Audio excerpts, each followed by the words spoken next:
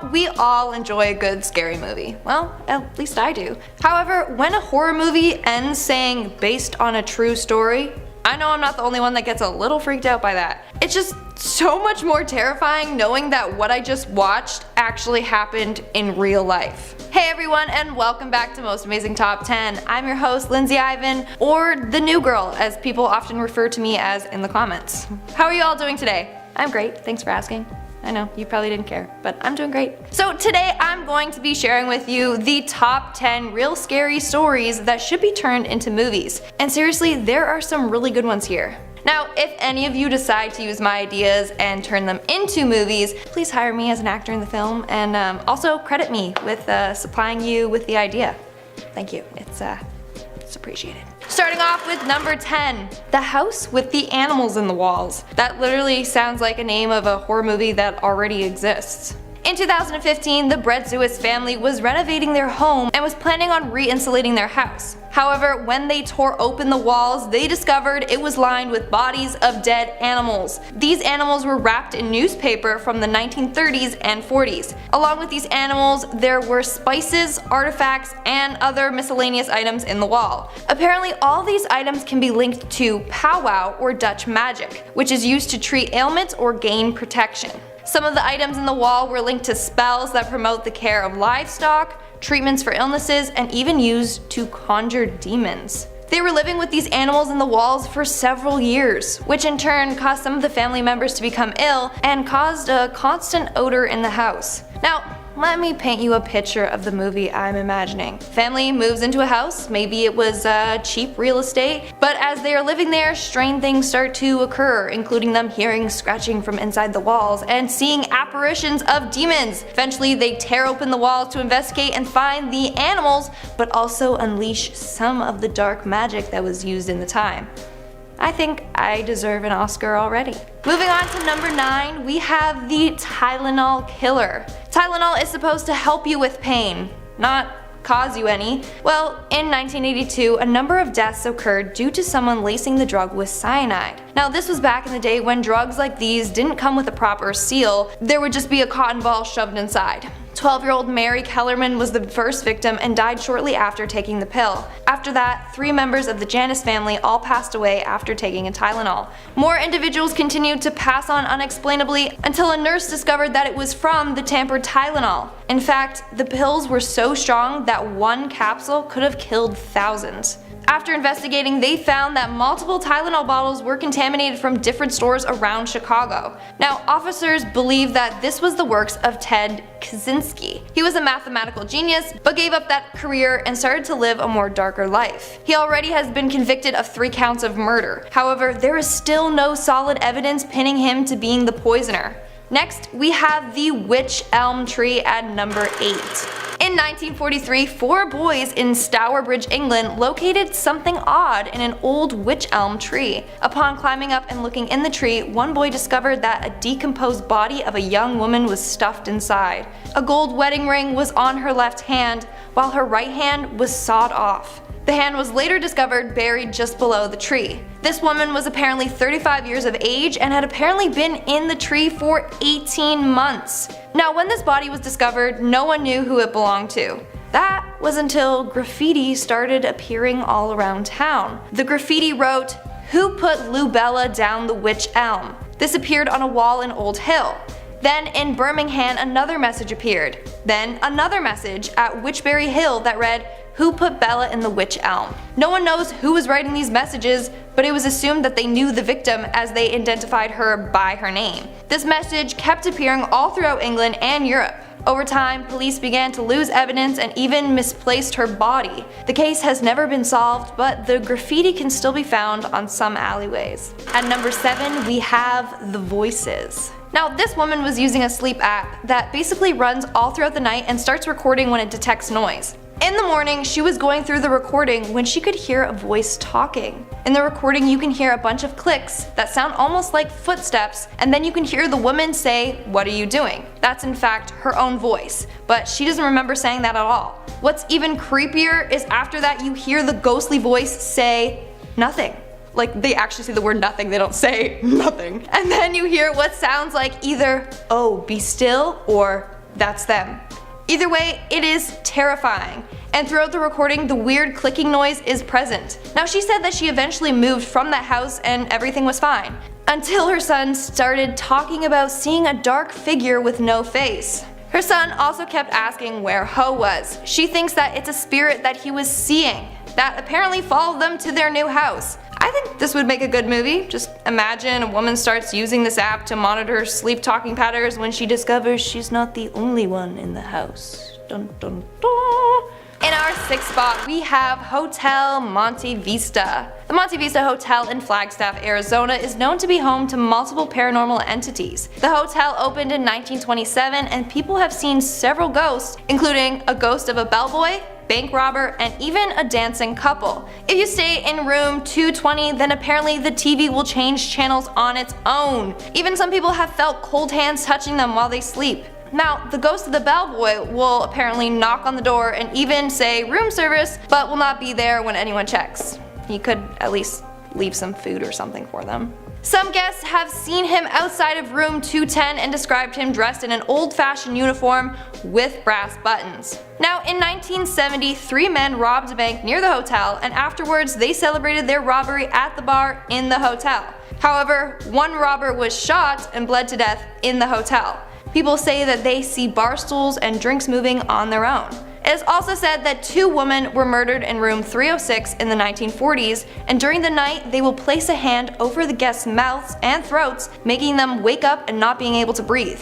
They mainly target male guests. That's because they were murdered by male individuals. There's also a little boy that roams the hotel, and even a chair that rocks by itself in room 305, sounds of baby crying in the basement, and a dancing ghost couple. And the list continues. From its creepy history to the countless ghosts that roam the hall, this hotel would be a great basis for a movie. We are now at our 5th and halfway mark with the Smiley Face Killer.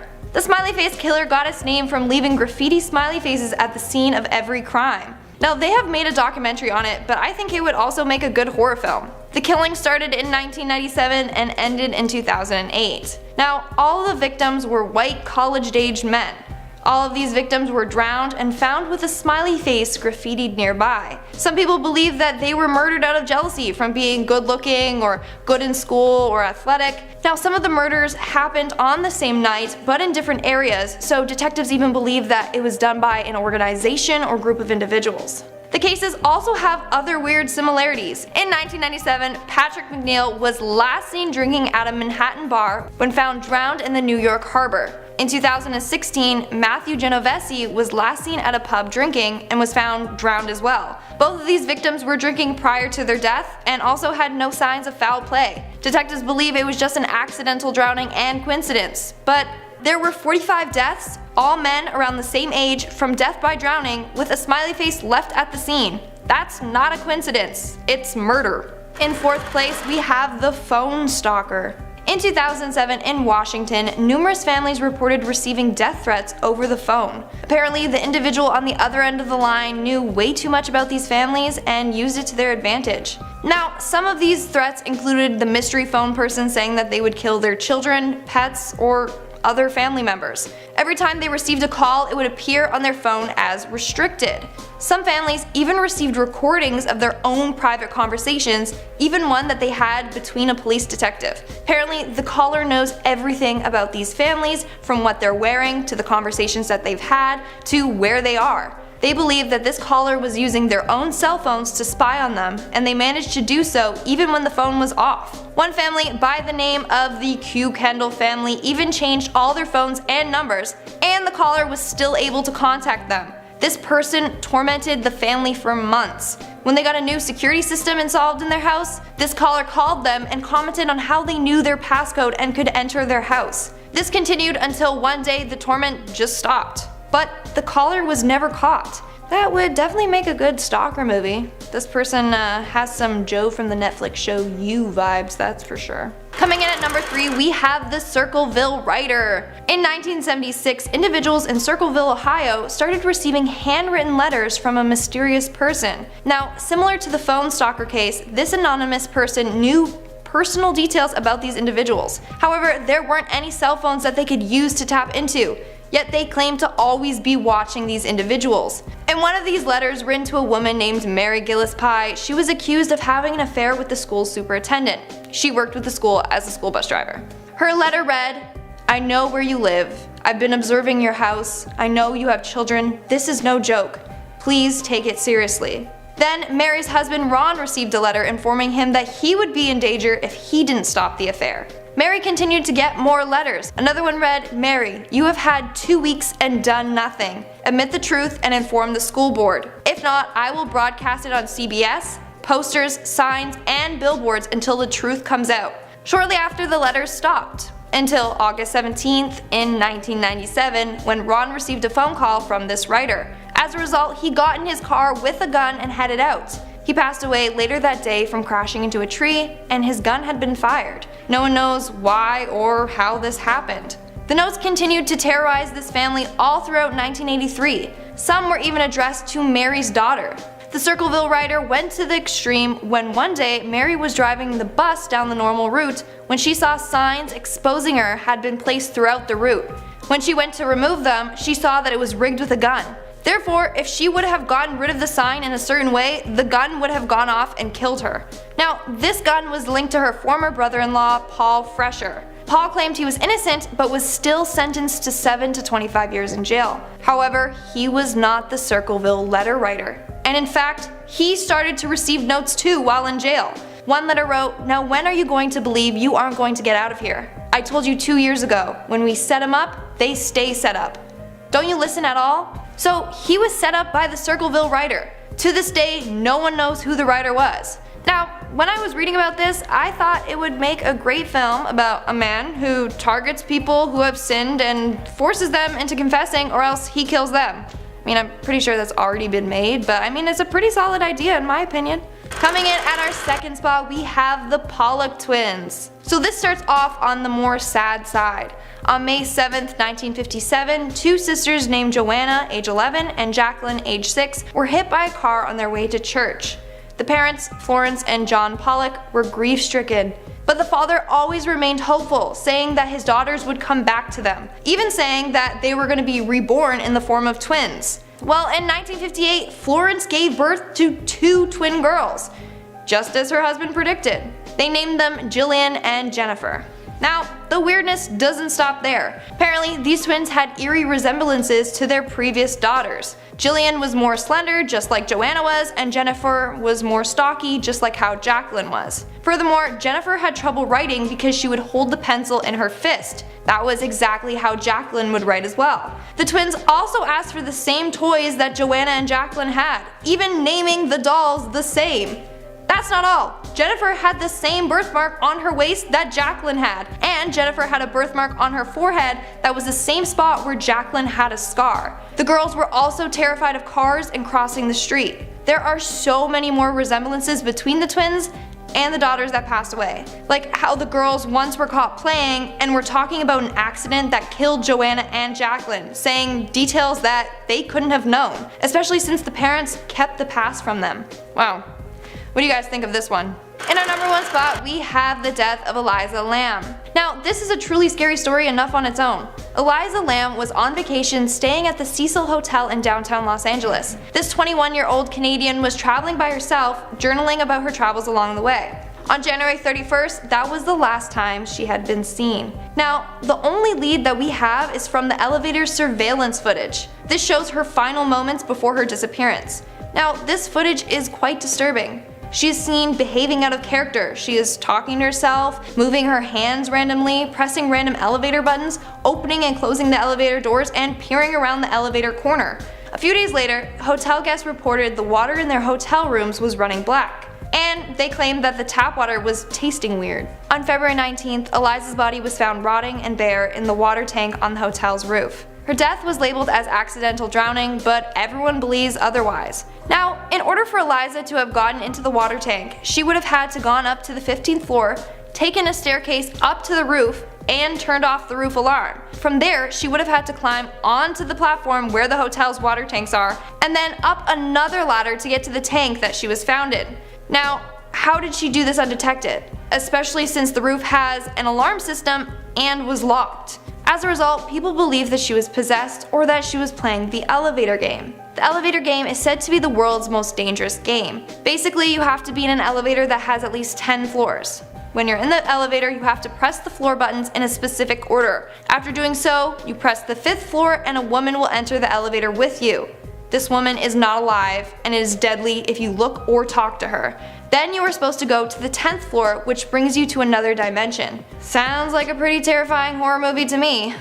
Let me add that this story took place in the Cecil Hotel, which has a grim past already. Richard Ramirez committed 14 murders and lived on the 14th floor in 1985. Jack Unterweger was another killer that stayed in the hotel, and in 1962, a female host guest jumped out of the hotel's window to her death. So yeah, this hotel alone is a good place to base a movie off of. There's just so much in the history. Starting off at number 10, we have The Exorcism. Now, I know that there are tons of exorcism movies out there, but this next one, it needs to be made into a movie for sure. Let me explain. So, a family in North London claimed that their 26-year-old son was a victim of possession. In August of 2016, they claimed that their son Kennedy Ife started to act more violent. He would say that a snake was living inside of him. He bit his father and he threatened to harm himself. This is when they restrained him to his bed. They then proceeded to conduct an exorcism on Kennedy. The family was very convinced that a demon was inside of Kennedy, and that's what Kennedy referred to as the snake in his body. They left Kennedy strapped to the bed for 3 days without any medical attention. For those 3 days, they would just pray continuously. However, this sadly didn't work. He ended up developing breathing issues and passed away. When police arrived, they found that the family had tried to resurrect Kennedy from the dead.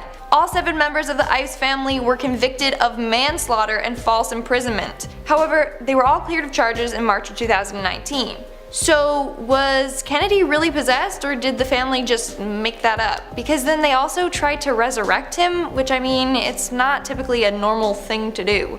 But imagine that as a movie. I'd watch it. It's a pretty interesting story for me. Also, if he was possessed, where did the demon go? Like, who's its new host? Because if a host dies, it doesn't necessarily mean that the demon will too. Maybe that could be explored in the movie adaptation. Moving on, at number 9, we have Rig 12. Now, this next story comes from the perspective of a paramedic who was an ambulance driver. It's from the Reddit user Zerbo. Well, they have stated that a lot of paramedics have had a spooky encounter with a haunted ambulance. Maybe it's from somebody who passed away in the back. They don't know. But it's always in the ambulance known as Rig 12. So it was 3 AM, which, bad start already, that's the witching hour. Anyways, him and his partner were both waiting in their ambulance in a small community. That's when they heard a man say, "Oh my god, am I dying?" Then they heard heavy breathing. After that, they heard the oxygen bottle hiss, as if air was being seeped out to help him with his heavy breathing. They thought for sure somebody was in the back of the ambulance. But when they went to investigate, there was nothing there.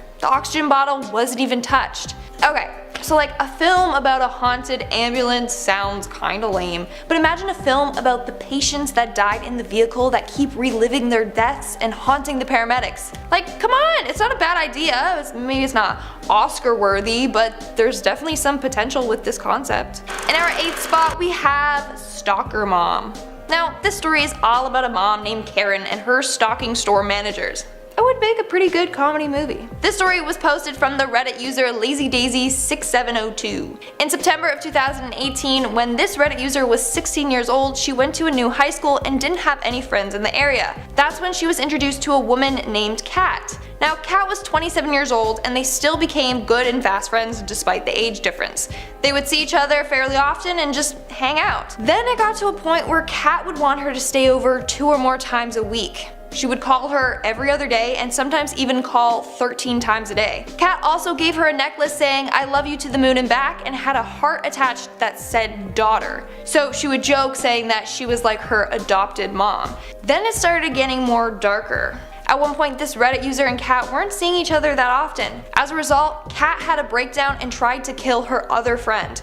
Kat then blamed this user for her own actions. Kat was becoming way too obsessed with her. She even went to her boyfriend and said, "You're stealing her away from me." Thankfully, this girl blocked her and they've never had an issue since. Now, this story sounds a lot like the movie The Roommate, but I think that the same director should make a sequel and have it about Kat. and maybe how she likes to befriend younger girls. Maybe she can't have kids of her own, so she likes to play pretend with other girls. Next up at number 7, we have the Watcher. Imagine buying $1 million home only to find out that it was being stalked by a mystery man. Because that's what happened to the next family. They bought a $1.3 million home and claimed it was their perfect dream home. Minus the creepy stalker part. Now, while living at this home, they received several letters from someone who claimed to be watching the home. Some things that the Watcher said in the letters were, "This home has been the subject of my family for decades." Now, I'm personally gonna try and decipher this as we go. So, Detective Lindsay on the case. So, I believe this means that his family has some weird tradition of watching over this house, like observing the families and such.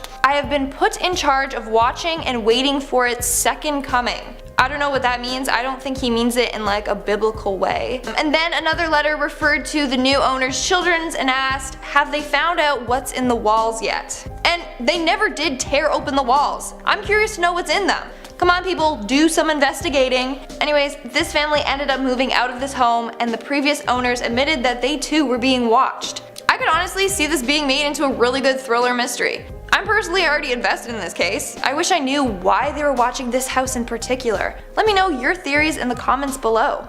Moving on, at number 6 we have the attic. This next story is from the Reddit user Digsdaws. He claims that his 1-bedroom apartment in Melbourne is haunted.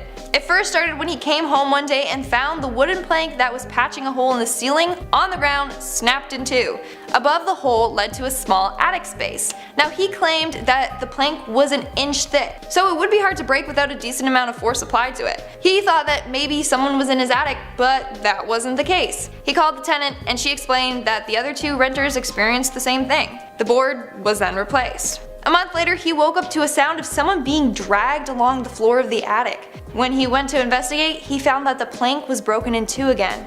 He also heard children's voices whispering and heard them say, it's your turn, over and over again. He was so freaked out that he just went downstairs and he watched some TV. That was until a fuse blew and then his bird started going crazy. He claims that it sounded like his bird was screaming. In the morning, his bird wasn't in his cage. He found him half drowned in the toilet. Thankfully, the bird survived, so don't worry.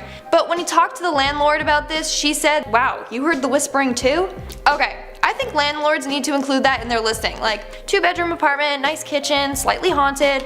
Like, come on. So I want to know what happened in that attic space. Clearly something more sinister happened there before he moved in, and I think that's what the movie could focus on. We are now at our 5th and halfway mark with Hotel Cecil. This hotel is just super cursed. Tons of deaths have occurred in this hotel and it's haunted as a result. So the Hotel Cecil is located in downtown Los Angeles. I suggest not staying there if you are ever visiting. So the first recorded death was in 1931 and it was a suicide. Then all throughout the 30s, 40s, and 60s, there were also similar cases of suicide. They believed that if you stayed at this hotel, then you may be compelled to harm yourself. Then in 1964, a tenant was brutally murdered and the case is still unsolved. Then you have the serial killer Richard Ramirez, who stayed at this hotel. And finally you have Eliza Lamb. We've talked about her a bunch, but she's the Canadian woman who was found dead in the hotel's water tank and no one knows why or how she got there. So yeah, this hotel and its gruesome past would form a great movie premise.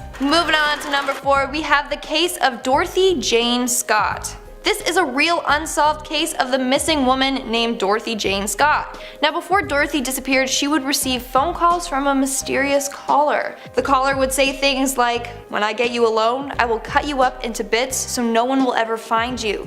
Other times, the caller would profess his love to her. Now, Dorothy did say that she recognized the man's voice but just couldn't identify who it was. In May of 1980, Dorothy was kidnapped and never seen again. So that night she was at a work meeting. One of her colleagues started to become sick, so she offered to take him to the hospital. When he was released, Dorothy went to her car to bring it to the front of the hospital. The last thing her colleague saw was her car speeding away. They don't know who was driving it. Later, Dorothy's family started to receive phone calls asking if they were related to her, and it would end by saying, I've got her. They've never found Dorothy or any clues to who this caller may be. Yeah, so they don't know if Dorothy is alive or just being held captive by someone who is obsessed with her. Up next at number 3, we have the case of the men in the lead masks. This next case is so fascinating and mysterious, I actually love it. So in 1966 in Rio de Janeiro, Brazil, 2 electronics repairmen were found dead. What was strange about this is that they were both found wearing business suits, waterproof coats, and lead eye masks. You know, what people wear when they're going to be exposed to radiation. But then why did they only have the eyepieces and not the full mask? I guess that's part of the mystery. Anyways, with them there was a notebook that read 4:30 p.m. be at determined place. 6:30 p.m. swallow capsules, wait for mask signal. Now there are a bunch of theories about this case. Some hypothesize that they had a plot with a nuclear reactor or were part of a doomsday cult. But the most common theory was that they were trying to contact UFOs. In fact, the area that they were in had been getting a lot of reports of UFO sightings. Now what frustrates me about this case is that there were no toxicology reports done. So we don't even know what capsules they took or if they died from that or something else. Either way, there needs to be a movie done on this. Maybe they were successful and ended up contacting aliens, and they were the ones who killed them after they saw too much. Who knows? Coming in at number 2, we have my own scary story. Now, I get a lot of comments asking me if I believe in ghosts, and honestly, I don't know what to believe. I've only experienced little tiny things that I end up debunking, partially to make me, be able to sleep at night. Alright, so my story. When I was younger, I was a leader for an arts camp. Now this camp took place in an old house. It was a historic site and it was used for camps and other activities. But the camp coordinator always said how it was haunted. He claimed that it was once owned by a man. This man ended up faking a robbery in order to get insurance money. He even went as far as to shoot himself in his own leg to make the scene look more realistic. Sadly, he ended up bleeding to death before the cops arrived. Now, people have seen his apparition all throughout the building. There have even been reports of the alarm system being triggered, but when police arrived, no one is there. This has happened several times, and police have even seen this man's face at the window. Now, when I was a leader there, I would deliberately avoid the basement because that was the most haunted space. In the corner where he passed away, it was much warmer than the rest of the basement. Also, the lights down there were motion activated, and there were times when they would just turn on by themselves. I personally would feel super uneasy going down to that basement. In fact, there was one time where a group of us were down there filming a video, and all of a sudden 2 of the staff just felt something at the exact same time and ran upstairs crying. And lastly, this is the freakiest thing of all. In one of the rooms in the basement, the camp coordinator said that the ghost likes to stay in there. It's a room behind a thick, heavy locked door. When he opened it, there was just a single chair in the middle of the room. This is the spot that he likes to sit. You could knock over that chair or move it and it would just always end up in the same spot. Now, when I saw that chair, I felt like he was sitting right there watching us. Like, it was a really weird feeling, I just knew he was there. So yeah, a haunted camp, a man who accidentally killed himself to try and take his insurance money, all good basis for a movie plot. And in our number 1 spot, we have the Utah murder-suicide. Now, this story is very disturbing. In September of 2014, Utah teen Jason McGee entered his home and found his parents, Benjamin and Christy Strack, and his 3 younger siblings dead. At first, police did not know why the parents would kill themselves and their children. Later, they discovered the creepy truth. So, when Jansen came home, all he found was a to-do list for him. It said things like feed the pets, watch over the house. But that was the only thing left for him. There was no suicide note, nothing. When he went upstairs to the master bedroom, him and his grandmother found his family's body spread across the floor. After investigation, police found that the parents were convinced that there was an oncoming apocalypse and wanted to escape this evil before it happened. They also found that the mother, Christy Strack, was in contact with Dan Lafferty, a killer who murdered his sister-in-law and her daughter. Apparently, they became good friends after exchanging numerous letters. Christy and Benjamin would both even visit him in prison. Police think that Dan also had a big influence on them and pushed them to harm themselves. What's sad is how the kids didn't really have a choice and how they were convinced that this was the right thing to do. The one 14-year-old even wrote a letter to his friend saying that his toys could go to him when he's gone. Police believe that Jansen was spared since he was engaged and independent from his family. Starting off this countdown, we have the case of Cindy Song. Cindy Song was a 21-year-old senior at Penn State University. In 2001, on Halloween night, she disappeared and was never seen again. Now, to this day, this case still remains unsolved. So on Halloween night, Cindy returned home from a party around 4 a.m. She dropped off her bag, cell phone, and took off her false eyelashes. However, Cindy herself was nowhere to be found. So police don't know where Cindy went. Was she kidnapped or murdered? No one knows. Now, a criminal named Paul Weekly did describe a woman that matched Cindy's description, saying that he kidnapped a woman in the area who he thought was a prostitute. He then admitted to killing her and multiple others. The police did find the other bodies, but not Cindy's. They think that he just made up this story in hopes for a lesser sentence. So, here's my opinion on this case. We don't truly know if Cindy made it home safe. The friend that dropped her off didn't hang around to make sure she got inside her apartment. So someone could have kidnapped her and taken her keys to return some of her belongings. That way it looked like she did return home.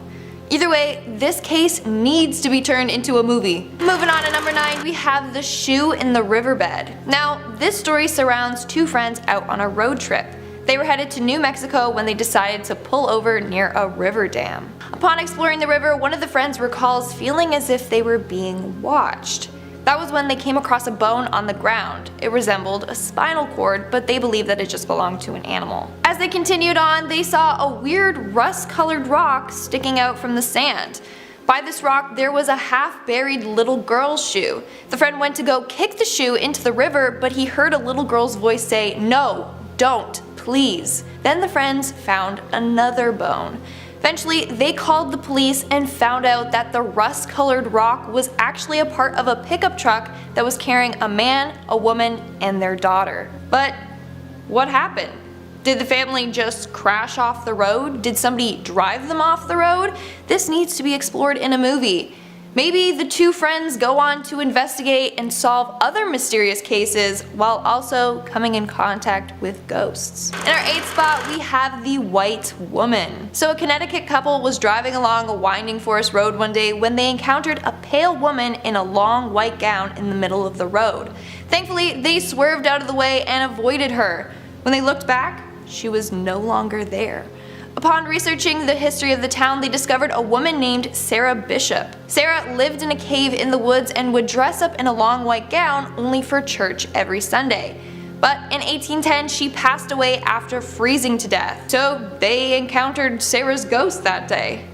Now, if they make this into a movie, then it should be about Sarah's life, like why was she living in the cave, for how long, etc. And then maybe make it a little more spooky, maybe have her ghost haunt the town members, who knows. Coming in at number 7, we have Kathy Hobbs. Now, there are a lot of people out there that have experienced premonitions. Personally, I've had dreams of stuff happening and then the next day it comes true, but nothing scary. It's just like what my mom's making for dinner or a specific worded text from my friend.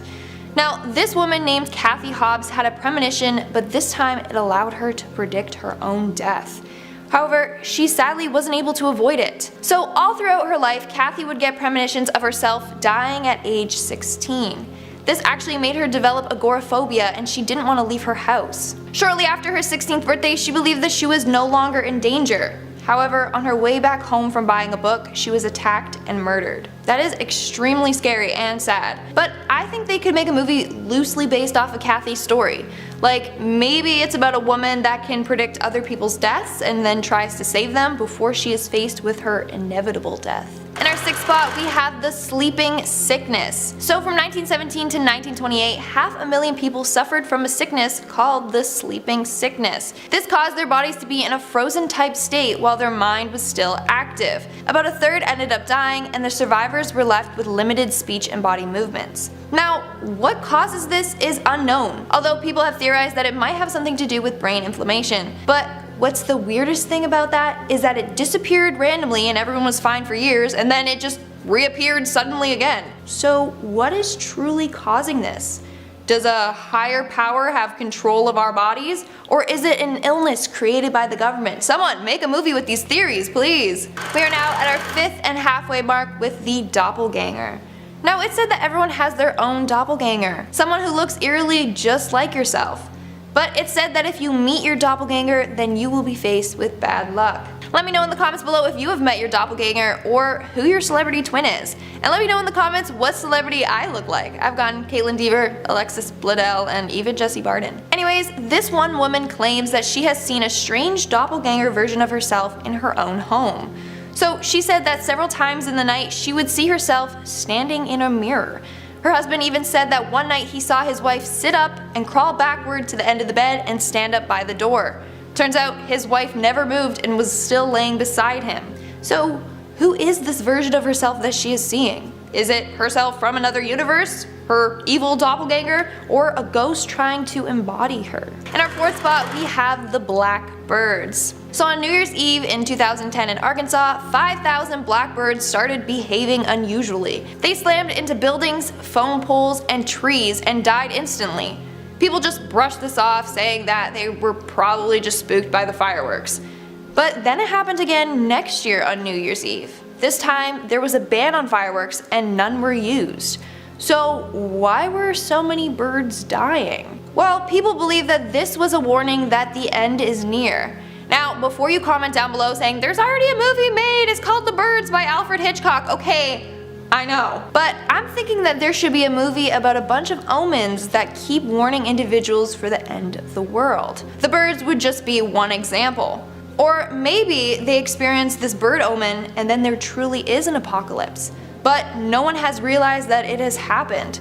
Slowly more signs start to show that in fact they have died from an apocalypse and are living in a different world or different reality. Moving on to number 3, we have the disappearance of Bobby Dunbar. Literally another case that I wish we had answers to. So in 1912, Bobby Dunbar went missing while on a trip to Swayze Lake. He was missing for 8 months until they found Bobby traveling with his kidnapper. Or so they thought it was Bobby. The kidnapper said that the boy's name was Bruce Anderson, but police ignored that and returned this boy to the family. But even the Dunbars didn't recognize their son. They said his eyes were too small, and Bobby didn't even recognize his brothers.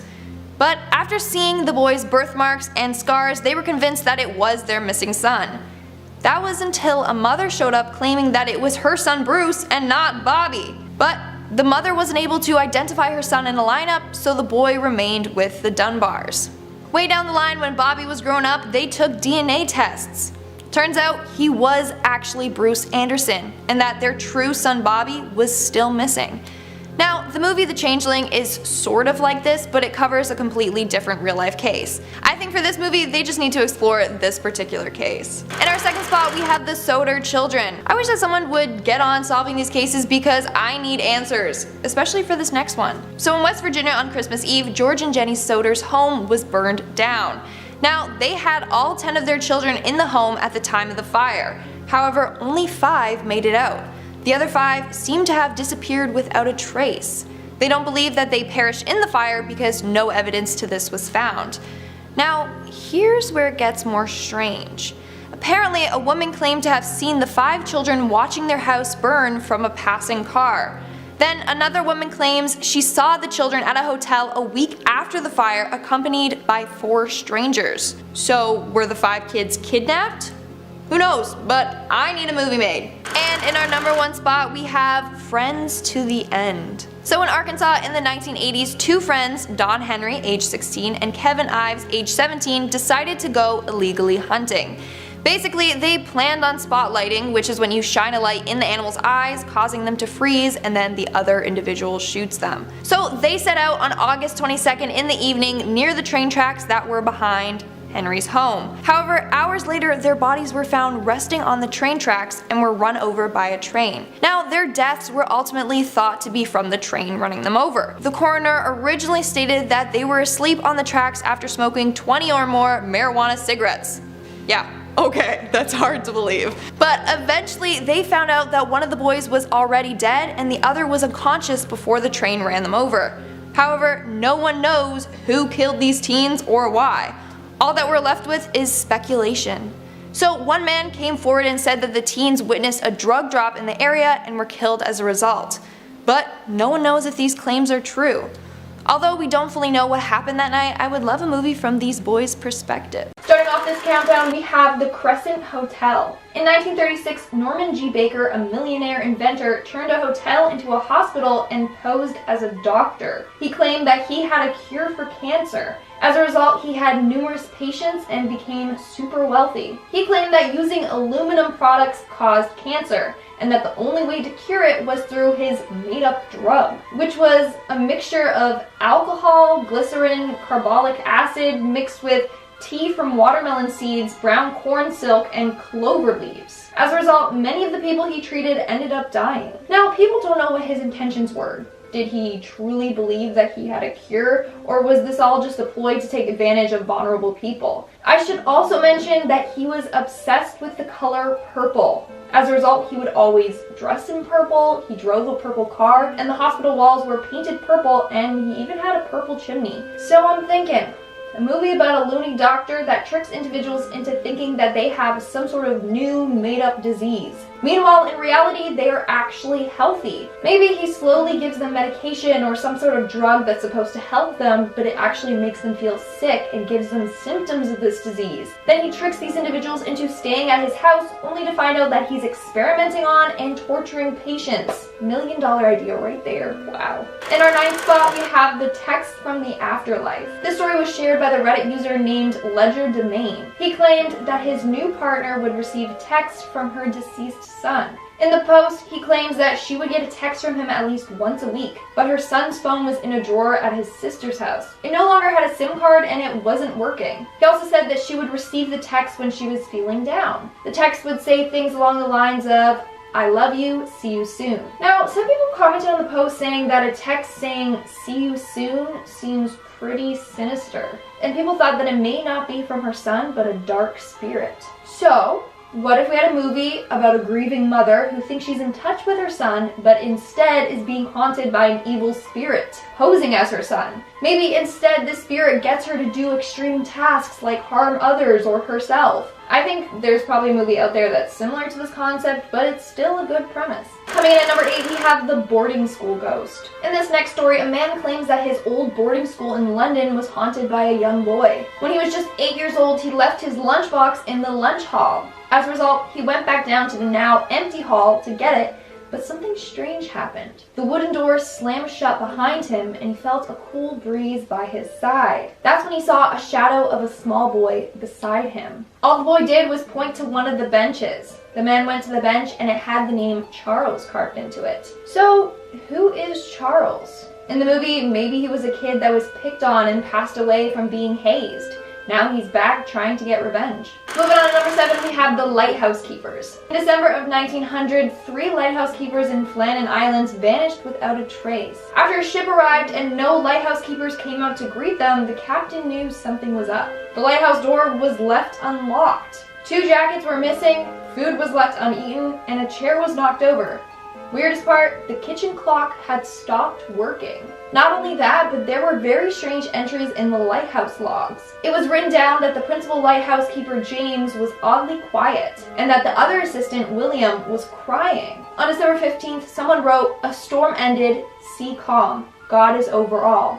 But there were no reported storms in the area until December 17th. It is theorized that the staff tried to retrieve fallen ropes when a wave washed them out to sea. But why would one man not wear his coat while doing this task when it was freezing out? Also, people don't buy this theory because they are very experienced men. Other people think that they were killed or kidnapped by aliens. Another great mystery that would make a great premise for a movie. Making our way down the list at number 6, we have Room 1046. Another case that I wish I had the answers to.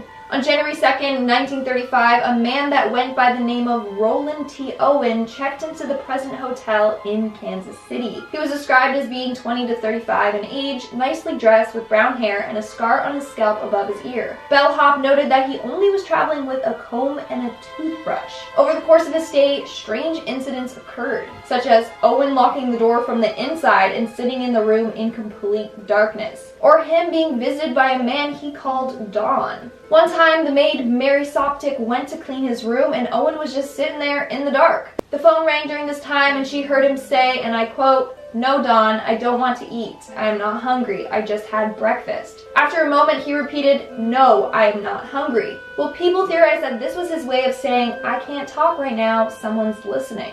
Then one day, the bellhop received a call 3 different times saying that the phone in his room was off the hook for 10 minutes. He went up 3 separate times to get the phone back on the hook. The second time, he actually entered the room where he found him laying naked on the bed. He just assumed that he was drunk and so he put the phone back on the hook and went back downstairs. Then he received another call saying that the phone was back off the hook. This time when he entered Owen's room, he found him sitting in a puddle of blood with his head in his hands. He suffered from blunt force trauma to his head and had multiple stab wounds. Owen was still conscious when detectives arrived, and when he was asked who was in the room, he said, "No one." He died shortly after arriving to the hospital. Now, this is when it gets even more strange. It is said that Owen was injured well before the bellhop first entered the room. So why didn't Owen tell him that he was hurt? Also, his clothes were missing and some other items in the hotel like the soap and toothpaste. Also, there is no record of a Roland T. Owen, it's just made up. At his funeral, money was sent in a rolled up newspaper,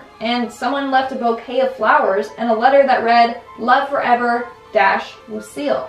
Now, a woman did come forward claiming that he was her son, Scott Ogletree, but we still have so many unsolved questions. Who murdered him, and why? I mean, a movie could take so many different routes with this story. Maybe he was part of the mob, or maybe the movie could focus on Owen haunting all the guests of the hotel room 1046. We are now at our 5th and halfway mark with the Girl Scout trip. So this one is a truly devastating and heartbreaking story. In 1977 in Oklahoma, 3 girls disappeared from their tent during a Girl Scout trip. These girls were Lori Farmer, age 8, Michelle Guzzi, age 9, and Denise Milner, age 10. In the morning, the counselor found the bodies of these 3 girls laying by a tree. 2 months prior, the counselor actually received a warning that this might happen. She was doing a training session when she found her cabin was broken into and someone ate a box of donuts and left some very disturbing notes. The first note had "kill" written repeatedly on it. The second said, "We are on a mission to kill 3 girls." The counselor just thought it was just a prank until it actually happened. After police investigation, they did arrest an escaped convict, but he was later found not guilty. After continuous investigations, police think that a woman could have been involved in the killing. Other evidence makes people think that 4 men were involved. But to this day, it still goes unsolved. In fact, the camp to this day still remains shut down. But for the movie, I'm thinking maybe a group of teens go to the camp to seek a paranormal thrill and then they end up being the next victims. Yes, it kind of sounds like Friday the 13th and Camp Crystal Lake, but this time it's grounded in truth. In our 4th spot, we have the kidnapping. So this next story is my own personal one. It's the time that I almost got kidnapped while on vacation. I swear this is 100% true. So basically when I was around 10 or so, my family went on a trip to Florida to go to Disney World. At around 8 at night, my older brother, who was 16 at the time, took me, my other older brother, who was 14, my older cousin, who was 11, and my younger cousin, who was 8, and we all went outside to the pool for a night swim. Well, while at the pool, me and my cousin made friends with this little girl. She was around the same age as me. Maybe she was like 9 or 8. And we were all having like little fun races and doing like somersaults and handstands in the pool. And then she randomly goes, "I want you to meet my dad." Okay, so I was a very cautious kid and my parents taught me really well about stranger danger. So I was pretty sketched out at that. So I was like, "Why?" She's like, "I want you to meet my dad." I said, "Okay, where is he?" All she did was point. But she pointed to an area that was surrounded by trees and it wasn't even lit up by the pool light. So I was like, "No." But she took my hand and was like, "My dad will love you." And then she just kept pointing where he was, but I couldn't see a man by the pool. So I swam away with my cousin, I told my brother, and we all just went back to the room. But as we were walking away, I saw the girl get out of the pool and start walking towards her dad, and I saw a shadow of a man by the trees in the darkness. So to this day, I'm convinced that this girl was trying to lure me to her dad so that he could kidnap me. Like, why on earth would he be watching his daughter from the trees at a distance and not on the pool deck with all the other parents? So this brings me to my movie idea. A movie about a man who uses his daughter to lure other kids to him. He then kidnaps them and then convinces that he's their real dad. Coming in our 3rd spot, we have Lizzie Borden. Hold it right there. Before you comment down below, I know that there are a couple movies already out there surrounding Lizzie Borden, I know. But I'm going to provide you with an original, even spookier concept. So for those of you who don't know, in 1892, Lizzie Borden was suspected of killing her father and stepmother with an axe. In fact, there's this like really creepy nursery rhyme that goes, Lizzie Borden took an axe and gave her mother 40 whacks. When she saw what she had done, she gave her father 41. Creepy. But we actually don't know who killed her parents. Some believe that it was Lizzie, other believes that she possibly couldn't have done it. Other people have theorized that Lizzie Borden actually had a child. So, I would love a movie surrounding that idea. If she did have a child, how she would have to try and hide and protect the baby, and how the baby grew up knowing her mother's tragic past. I want to see a movie about that. And at number 2, we have the Beaumont children. First off, I want to shout out WillBake17 who sent me this case on Instagram. Feel free to message me any cases or stories over Instagram. I'll be happy to read them. So, the disappearance of the 3 young Beaumont children remains the longest running missing persons case in Australian history. On January 26, 1966, Jane, age 9, Grant, age 7, and Arna, age 4, boarded a bus and headed to the beach. During that time, Jane was considered old enough to care for her siblings, so they went off by themselves, which they have done many times before. However, that day, they never returned home. Witnesses say that the children did make it to the beach, but that they weren't alone. Apparently, there was a tall, blonde, thin-faced man with them. Others say that it wasn't just a man, but there were actually 2 other individuals with them. Another man and then a woman in a pale blue patterned dress. The last apparent sightings were around 3 p.m. when the postman saw them walking the main road to their home, but apparently they were alone. Over the years, detectives have followed leads trying to find these children. They've done numerous excavations of different properties of suspects and leads. However, none have been successful. So where are these children? Is it possible that they're still alive out there somewhere? Or who is the mastermind behind their potential kidnapping and murder? I think this interesting unsolved case definitely needs its own movie. And in our number 1 spot, we have the disappearance of Chris and Lizanne. This case is extremely sad, and although there are numerous theories out there, it still remains a huge mystery. On April 1st, 2014, 2 young girls named Chris Kremers and Lizanne Froon went on a hike in the Panamanian jungle. But sadly, they never made it back home. They spent 6 months planning their trip to Panama.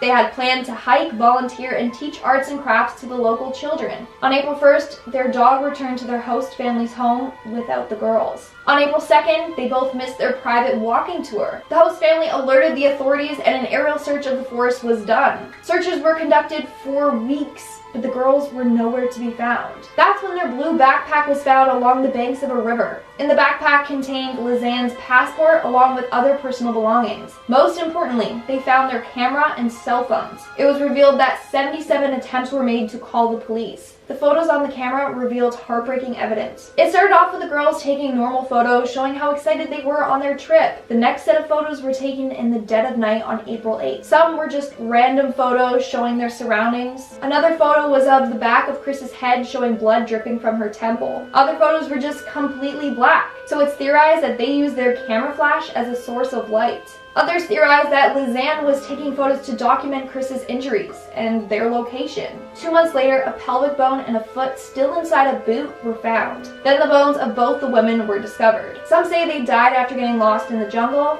Others theorize that they were murdered and the killer deliberately took the photos and made the phone calls to make it seem like they just got lost. Either way, I think this movie should be made from the girls' perspectives as they try and survive for days in the jungle. I could see it kind of being shot like a Blair Witch style film. And of course you can add in the element of there being a potential murderer. So that could just make it that much more terrifying. Number 10, The Rescuers, and the number 13. So, to ease into all of the scary truths, we are exploring a true fear that one of the main characters from The Rescuers has. Main Mouse Bernard has a fear of the number 13. The number 13 is commonly associated with bad luck in Western culture. When you go to a hotel, many don't have a 13th floor because they don't want to associate with bad luck. Bernard's fear is next level though, making it enough to be a phobia. Triskaidekaphobia to be exact. This is a written account of this fear, the number 13, dates back only to the late 1800s, but became common enough by 1911 that it got the name Triskaidekaphobia by combining the Greek word for 13 with phobia, which means a fear of. All in all, our boy Bernard from The Rescuers has some strong feelings about the number 13. Do you have strong feelings about any numbers too? Any particular ones? Also, I have another truth about The Rescuers, and this one was a bit of a scandal, so grab some tea and get ready to get into it. That brings us to number 9, The Rescuer's Hidden Photo. Although the film came out in 1977 and was out on Laserdisc and VHS since 1992, no issue was found until 1999. The issue was with an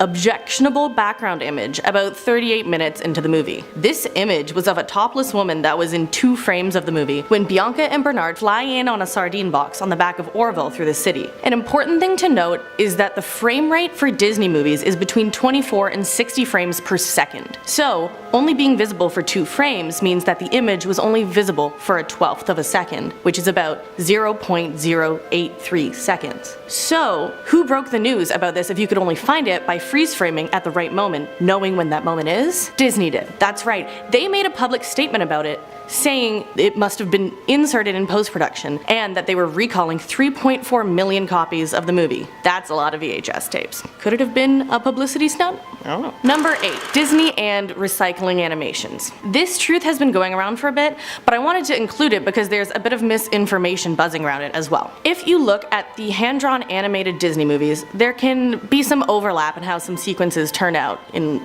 the final production. For example, there's a movement in Robin Hood that looks an awful lot like some movement in Aristocats, and the dance scene in Beauty and the Beast looks the same as the one in Sleeping Beauty. This has led to a lot of outlets saying that the animators were recycling animation for either time or money, all those reasons, and they kind of jumped to conclusions in some cases, because this wasn't always the case. In 2015, on his website Geek Dad, Jim McQuarrie asked former animators on these movies what really had happened in these situations. Animator Floyd Norman said it was because of director Wolfgang Wooly Reitherman. According to Norman, Reitherman liked to play it safe and only use stuff he knew would work, which led to similar animation over many of the movies he directed. Also, Gary Truesdale, co-director of Beauty and the Beast, said time was the reason for the dance scene making you see double, as they were kind of cut for time. Reitherman had already made it so that using previous sequences was alright. So Truesdale said they resized and repositioned the Sleeping Beauty animation and then cleaned up the characters to make them look like the ones you see in Beauty and the Beast, and changed the colors too. This information was shocking to me, so I had to share it, and okay, I know it's not the spookiest, but the next few make up for that.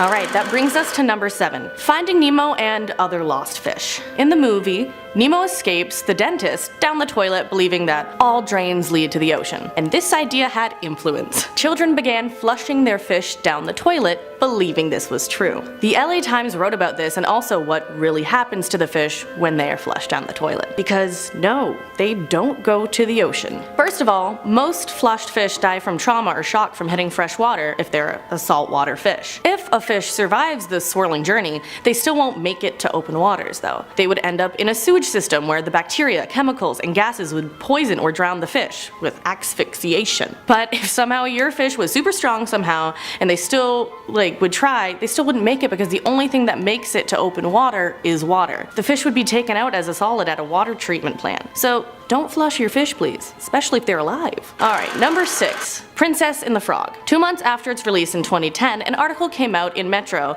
that said young Disney fans had fallen ill after kissing frogs, like in the movie. This article was citing a salmonella outbreak in the States, but it wasn't known for certain that it was because of kissing frogs, so it's likely that this story was spun. That being said, there's truth in one part of it. Kissing frogs can give you salmonella. Amphibians are well known to carry salmonella and can give humans the infection salmonellosis from contact with them. It's advised young children don't mirror the princess and having a frog of their own because of their weakened immune systems, so just don't go around kissing frogs, cause catch a bunch of stuff. Now let's jump from frogs back to fish, or half fish, that is. Brings us to number 5, The Little Mermaid, and the Little Mermaid song that was almost cut. We all know, regardless of how much you liked it, that The Little Mermaid is a classic. The thing is, it could have been released without its iconic song, Part of Your World, and that's terrifying. In a Polygon interview with Jodie Benson, the voice of Ariel, she said that in early test screenings the song didn't perform well, which is absurd. The 4-minute song wasn't doing well with its target audience, kids. The Disney chairman at the time, Jeffrey Katzenberg, noticed kids were getting restless and distracted during the song, even throwing popcorn around, and he wanted to axe the song. What saved this beautiful song was the song's lyricist, Howard Ashman, who apparently said, "If this song goes,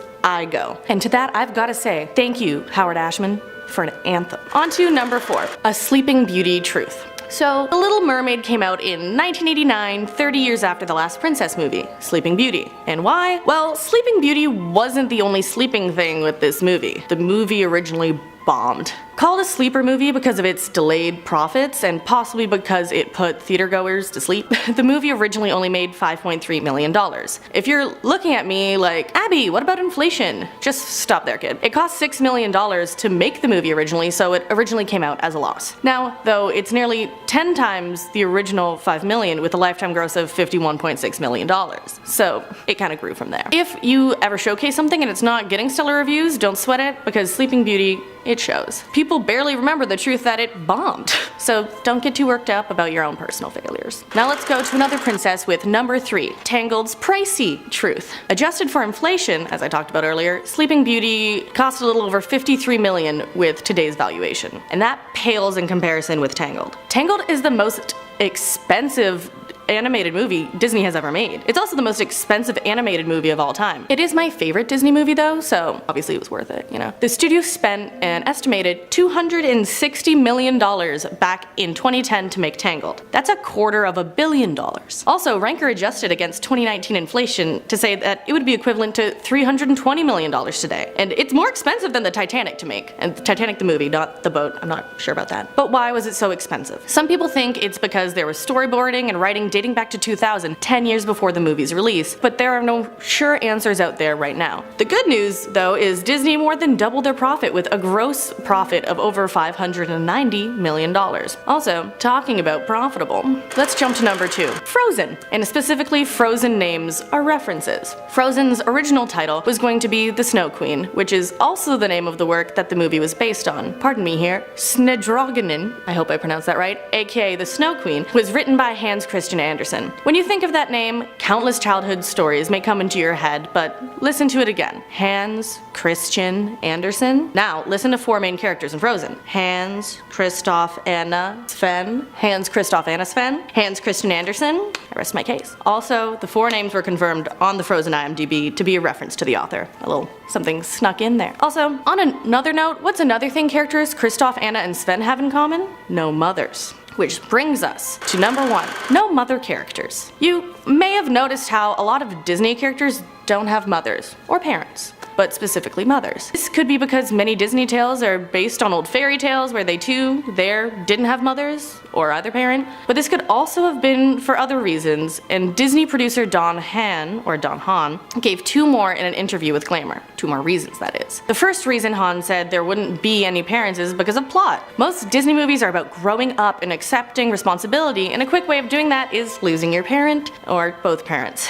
An example he used was of Belle from Beauty and the Beast. She only had her father, and then her father was taken away, so she had to step up, grow up. The second explanation for no mother was because of Walt Disney's past. Walt's mother died tragically in a house that Walt bought for his parents. A carbon monoxide leak from the furnace hospitalized his father and led to his mother's death. Walt Disney was traumatized and felt personally responsible. From there, Hahn says that's why Walt steered away from mother characters in future films. I know that last one was sad, but it's important to know that it wasn't Walt's fault, and regardless of the tragedy that happened, he has and continues to impact many lives with his stories of growth. Starting us off at number 10 is Sleeping Beauty. I still sadly haven't seen the animated movie, but I feel like everyone knows the story so well that I basically have seen the movie. I have seen Maleficent though, if that counts. You have gorgeous Aurora having the luxury to sleep for years, which I wish I had every time I had to wake up early, but I'm not a princess, so whatever, moving on. And the only way she'll wake up is with that true love's kiss.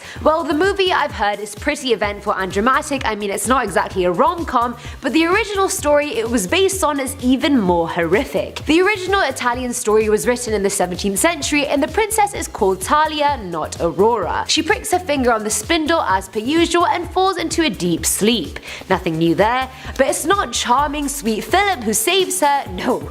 Far from it. It's a king, not even a prince, who comes to rescue her. So one, he's already a lot older than her and his kiss doesn't even wake her up, but instead he gathers the fruits of her love, meaning he basically rapes her while she's asleep. Fast forward 9 months later, she gives birth to twins, and one of them sucks a splinter from her finger, huge safety hazard by the way, but sure, and she finally wakes up. She then ends up falling in love with that same king who's married, and his queen orders the twins to be abducted, cooked, and then fed to the king. Thankfully she fails, and thankfully this version wasn't the animated version. At number 9 is The Little Mermaid, the princess whose hair, whether wet or dry, looks like it's in a Head and Shoulders ad for the entirety of the film.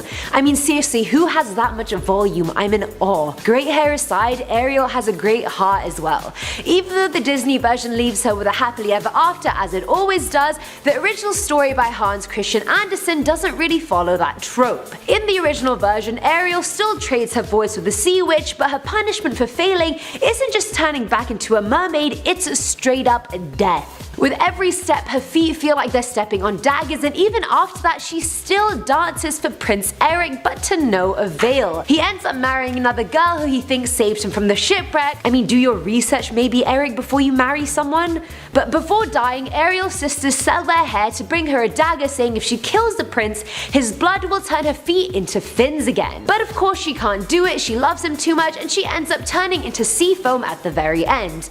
This is a perfect example of a guy leading you on and then just wasting your time. Coming in at number 8 is Snow White and the Seven Dwarfs. Fun fact of the day, this is actually Disney's first feature-length animated film, and if that is a well-known fact, then just disregard me trying to be knowledgeable and cool. In the Disney version, Snow White and the prince end up getting married after he awakens her with that true love's kiss, and the evil queen dies by lightning striking a cliff that she was standing on. Maybe don't stand on a cliff next time if you don't want to die?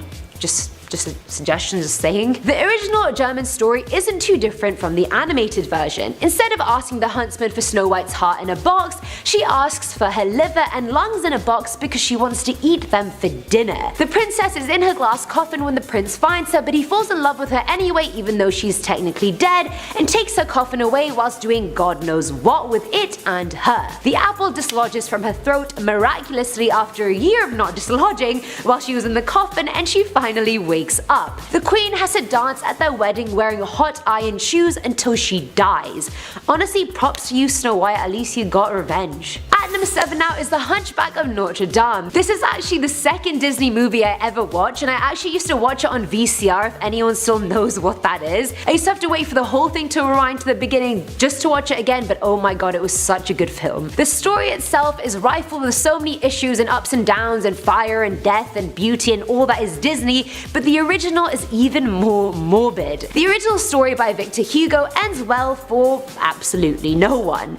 In Disney's version, Quasimodo, our resident hunchback, and Frollo both fall in love with Esmeralda, our resident gypsy, and Quasimodo ends up killing Frollo at the end. Sorry, spoiler alert in case no one's seen it already. In Victor's version, Frollo frames Esmeralda for attempted murder and she gets sentenced to hanging. Quasimodo still does push Frollo off a roof, but that's because he's laughing at Esmeralda being hung. Sicko. He then goes to her grave and refuses to leave, so much so that he actually dies of starvation at her grave. I mean, I don't want to say he died in vain, but he could have lived. Filling in our number 6 slot is Bambi. I've never seen the film and I legitimately had no idea what the story was until I had to do this video, but at least now I know. The original book is actually an adult novel that explores complex themes about man versus nature and the circle of life, and it's not really the fuzzy, heartwarming Disney movie everyone thinks it is. During Bambi's first ever walk into the woods, he sees a mouse getting brutally killed and then overhears other animals threatening to kill each other. Then later on, a hunter shoots Bambi and a different deer,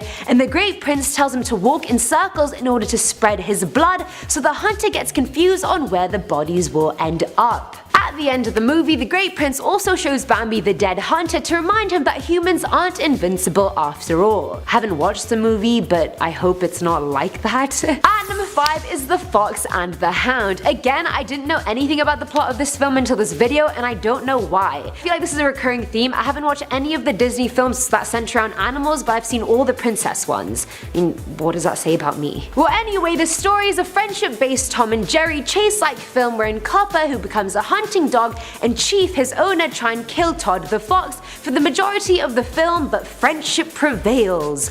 In the Daniel P. Mannix version, the fox, Todd, is raised by a hunting family, not a farmer, and then is released back into the wild. So far so good, no one's died yet. But then Todd starts taunting all the other hunting dogs as revenge, and one of them actually ends up breaking free and is hit by a train while chasing Todd. Next, Todd dies from exhaustion from the chase, and another dog also reaches his expiration, meaning he becomes too old and he also has to be shot. I just feel like 3 animals just died at once and it really could have all just been avoided. Coming at number 4 is Beauty and the Beast. Let me just get this out of the way. Animated version, loved it. Live action version, loved it even more. I never liked Emma Watson in any role but Hermione, but she was the perfect Belle. In the original fairy tale, it's not the Beast that's seen as evil. Belle's not actually an only child. She has 2 sisters, and I'd say they're the evil ones. In the original, the Beast allows Belle to go home as long as she comes back after 1 week, which are, generous conditions for a hostage. When she meets her sisters finally, they try and get her to stay home for longer by being nice to her in the hopes that the Beast would get angry and eat Belle when she returned to the castle. Belle already had bad luck with the whole being kidnapped by a beast thing, but having mean siblings was just the cherry on top. Oh, and she's also half fairy in the original, and her and the Beast turn out to be cousins. I'll just leave you with that one. Number 3 slot is Mulan. Our girl proving to everyone that girls can do everything that guys can do, and sometimes even a bit better than they can. Also, you don't need to ask me twice, most of you are probably like, we didn't even ask you once. But yes, I'm absolutely stoked for the live action adaptation coming out next year. Let's have it. In the film, the Hans end up defeating the Huns, and Mulan ends up saving the Emperor and wins the war, and then goes back home. In Hua, Mulan's original poem that the movie is based off of, China actually loses the war completely. The Khan from the enemy side lets Mulan live, but only if she lives with him, so naturally our quick-witted girl escapes from that situation ASAP. When she finally gets home, she learns that her dad died while she was away and her mum remarried, and then she proceeds to kill herself in order to be with her dad. Now number 2 is Cinderella. Oh my god, I legit just love Cinderella. I saw the cartoon so many times, I thought her dress was the most stunning thing ever. I was like, I'm gonna wear this to prom when I grow up. But let's not even talk about the live action version, because that was also on point. There are many origin Cinderella stories, one even has a love interest for her ugly stepsister, but there's no fun in choosing the boring origin story. The Brothers Grimm, on the other hand, had a much more bloody version. We're talking Game of Thrones red wedding level. In their version, when Prince Charming gets to Cinderella's house, her sisters both cut off some of their toes and parts of their feet in order to fit into the slipper. Pigeons swoop down to show the prince the blood because apparently he couldn't see the red blood in a transparent glass slipper, and he realizes they're phonies. Then, as if the sisters haven't been through enough, some birds come and peck out their eyes during Cinderella's wedding. I know they're not nice girls, but the Brothers Grimm literally have zero mercy. Finally, at our number 1 spot is Pinocchio. Considering I haven't seen the movie, Pinocchio is probably the Disney movie I know the least about in terms of story. Literally all I know is that his nose grows when he lies. In the film, Pinocchio and his friend Jiminy Cricket end up transforming him into a real boy, but the story's original writer Carlo Collodi had a whole different idea about what was going on. He actually created the story for Italian newspapers to show kids what could happen to them if they behaved badly. In his story, Pinocchio is naughty and cruel and is constantly tortured throughout the story for bad behavior. Jiminy Cricket is called the talking cricket in his story, and after trying to give him some good advice, Pinocchio ends up killing him with a mallet. In the original, Pinocchio gets hung and dies, but since fans loved him so much, Collodi kept him alive and just continued to torture him some more. A bit sadistic, don't you think?